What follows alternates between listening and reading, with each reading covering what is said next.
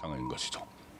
자, 이런 상황에서 지금 이재명은 내후외환이 계속 닥치고 있습니다. 왜 한을 먼저 말씀을 드리면은 오늘의 승차 투픽 두 번째입니다. 모스탄 리스크를 키우는 이재명의 신복들. 뭐가 그랬어? 모스탄 이 교수에 대해서는 저도 처음에 이렇게 그다지 다루지를 않았습니다. 왜 그러냐 하면은 모스탄 대사가 여러 가지 이제 이야기를 하고 하지만은 가장 지금 어떻게 보면은 관심을 많이 갖는 것은 어떤 선거 부정선거 이것은 국내에서도 굉장히 많이 이야기를 하죠. 그런데 그것보다 모스탄 대사에게 관심을 갖는 것은 이재명이 그 소년공이 아니고 소년범이었다 이 이야기죠. 이 이야기인데, 그러니까는 뭐 쉽게 말하면 이제 그 소문은 그겁니다. 그 모스탄 교수가 하는 소문의 내용은 이재명이 어렸을 때 뭐 어떤 소녀를 이렇게 뭐 해서 소년원에 갔다. 뭐 그런 이야기인데 그런 그 소문이나 이런 것들이 그 전에 2022년 대선에서도 확 퍼졌습니다. 퍼졌는데 결국 그 소문을 퍼뜨린 사람들이 몇 사람이 이 검찰 조사 결과 이 허위 소문을 퍼뜨렸다고 해서 처벌을 받았습니다. 그래서 그게 확실하지 않은 근거가 좀 희박한 그런 내용이기 때문에 저도 이 모스탄 대사에 대해서는 별로 이렇게 다루지를 않았는데, 그런데 모스탄 대사가 한국에 왔죠. 한국에 왔는데 왜 윤석열 전 대통령과 접견을 하려는 것을 그냥 막느냐, 그것도 특검이 막았습니다. 특검이 왜 그것을 차단을 하느냐. 그리고 원래 강연된 그 예정된 강연 같은 것을 다 취소를 하고 이 하는 상황에서 민주당 주변에서 계속 모스탄과 관련된 언급들을 많이 합니다. 오늘 국회에서도 언급이 나왔습니다. 자, 그러면은 모든 언론이 관심을 갖겠죠. 국회에서 그래서 오늘 어떻게 보면은 이 기성 언론에서는 이 기존의 언론에서는 모스탄에 대해서 기사를 거의 안 다뤄왔습니다. 지금까지 안 다뤄왔는데 갑자기 모스탄이 입국을 하고 나서 막 그 민주당에서 먼저 이 문제를 가지고 이야기를 하니까는 이게 이슈가 돼버리는 거죠. 그래서 저도 이제 소개를 드리게 되는 그런 상황이 되는 겁니다. 어제 제가 편지 내용을 말씀을 드렸죠. 그 접견이 예정이 돼 있었는데 어제 윤석열 전 대통령과 윤곽근 변호사가 입회를 해서 모스탄 교수하고 이렇게 그 한 10분 동안 국정에서 접견을 하기로 돼 있었는데 바로 그 전날 이 특검이 접견 금지를 시켜버렸습니다. 윤석열 전 대통령에게 그 가족과 변호인 외에는 접견 금지. 그것이 접견이 안 됐죠. 그래서 먼저 모스탄 교수가 서면으로 편지를 윤석열 전 대통령에게 보냈고 윤석열 전 대통령이 거기에 대한 답신을 보냈습니다. 일단 제가 어제 그 답신 보낸 것만 간략하게 말씀을 드렸는데 조금만 더 자세히 말씀을 드리면은 모스탄 대사가 윤석열 전 대통령에게 보낸 편지 내용은 영문으로 되어 있는 겁니다. 영문으로 되는 편지 내용은 얼마나 많은 사람들이 대통령님을 열정적으로 끊임없이 힘이 있게 지지하고 있는지 꼭 보셨으면 한다.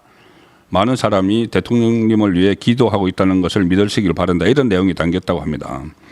여기에 대해서 윤석열 전 대통령이 내란 특검팀이 가족, 변호인 이외에는 접견 금지 조치를 내린 것에 대해 악의적이고 어리석은 것이다. 이렇게 내란 그 특검팀을 직접 비판을 하죠. 그리고 서울구치소까지 찾아오시기로 했는데 갑작스러운 특검의 접견 금지 결정으로 만나지 못해 아쉽다. 어제 교정당국과 이미 접견 약속을 잡았는데도 저와 탄 전 대사의 만남을 막으려고 전격적인 접견 금지 결정을 내린 것은 악의적이고 어리석인 것이다. 그리고 최근 재구속돼서 조금 전에 말씀드린 것처럼 하루하루의 일상과 상황이 힘들다. 자, 이런 서신을 통해서 서로 이 교감을 하는 그런 일이 있었는데, 제가 말씀드린 대로 이걸 민주당에서 앞장서서 떠들어서 이슈화를 시킵니다. 이슈화를. 그러면은 이것은 어떤 진위 여부와 상관없이 이 모스탄이 제기하는 그런 내용들의 이게 이슈가 돼가지고 이재명에게 오히려 부담이 되죠. 그 일부 그 민주당이나 그 좌파정당 그 의원들이 일종의 자기 정치를 하느라고 앞뒤를 못 가리는 그런 상황이 아닌가 싶고, 그러면은 이 사람들이 계속 그 민주당에서 이런 이야기를 하면은 그 진위가 진짜 맞는지 한번 확인을 해보자는 이야기가 더 그 반대급부로 막 나오게 되죠. 그래서 이게 지금 이슈가 되고 있는 겁니다. 이슈가 돼서 저도 여러분들께 설명을 드리는 거죠. 그동안 언론에서, 기존 언론에서 다루지 않았던 내용인데, 잘 다루지 않았던 내용인데 이게 쟁점이 돼버리니까 저도 이렇게 여기저기 취재를 하거나 파악을 해서 설명을 드리는 상황이 된 거죠. 김상욱이라고 있죠. 김상욱. 그 울산 국민의힘 그때 작년 4.10 총선 때 국민 추천 국민 공천제 이래서 한동훈이 공천 줘가지고 그냥 금배지 줍다시피 해서 국민의힘에 들어가 놓고는 윤석열 전 대통령은 탄핵 하면서 그 혼자 국회 안에 들어가서 민주당 의원들한테 환호받고 하더니 대선 전에 이재명에게 토항해서 지금 민주당 의원입니다. 이 김상욱이 지금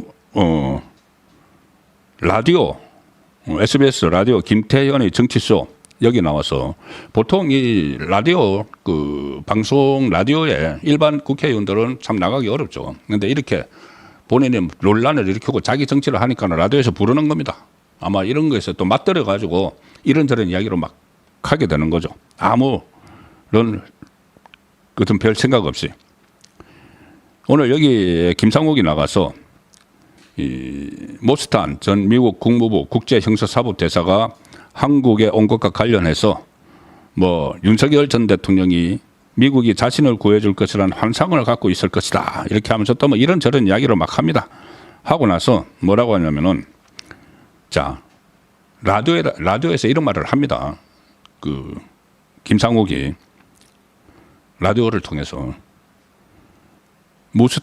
모스탄 전 대사가 이재명 대통령이 청소년 시절 집단 성폭행 살해 사건에 연루돼 소년원에 수감됐다는 취지로 주장을 해서 경찰이 수사에 나선 것과 관련해서 그것은 증거도 하나 없는 완전 허위 사실이다. 이렇게 이야기를 합니다. 그러니까 이거를 왜 들춰내서 이야기를 하죠? 본인들이. 증거도 하나 없는 허위 사실이면 아예 무시를 해야 되는 거죠.